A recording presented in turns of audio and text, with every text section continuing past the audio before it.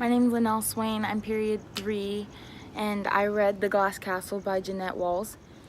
So basically, this memoir is about her childhood life, about how she moves around a lot with her parents and her 3 other siblings. She tells her story in chronological order, starting with the story of the fire that hid her dress. She was making hot dogs one day. She was like 3 years old, and her dress gets caught on fire. Her mom rushes her to the hospital. She has to stay there for several weeks, 6-8 weeks, and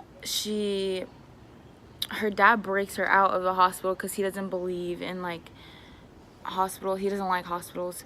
So he breaks her out. They go back home, and then shortly after that they leave in the middle of the night.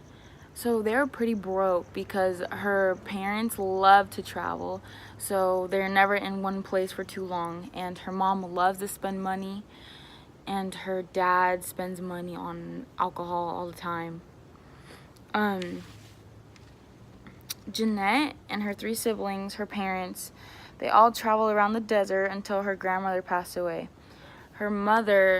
It's her mother's mom, and so her mother inherited her house, but the house got all moldy and cockroach infested because of the irresponsibility of the parents. When the kids had realized that their house was really moldy and filthy and infested with insects, their parents were letting themselves go and all that stuff. They wanted to get out, so all 4 of them, they moved to the town and became civilized adults. Jeanette's intended audience was adults who have been in the same situations as her, or teens that are in the similar situations now and are having a hard time going through it. So she uses ethos through this entire book because she expresses her childhood experiences that she personally went through, and she created a lesson learned for the audience. Jeanette Walls uses imagery and details in her writing, like when she describes the entire setting. For example, when she explains how people pass through the streets of New York City, or when she explains how her mom's appearances are getting worse and worse as time goes by.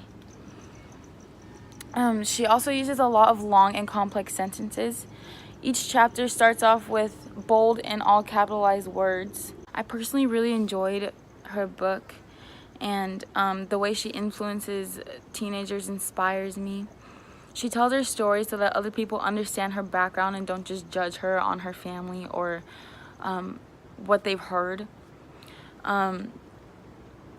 She sees that her childhood reflects on who she is today, and she embraces it. She's proud of it.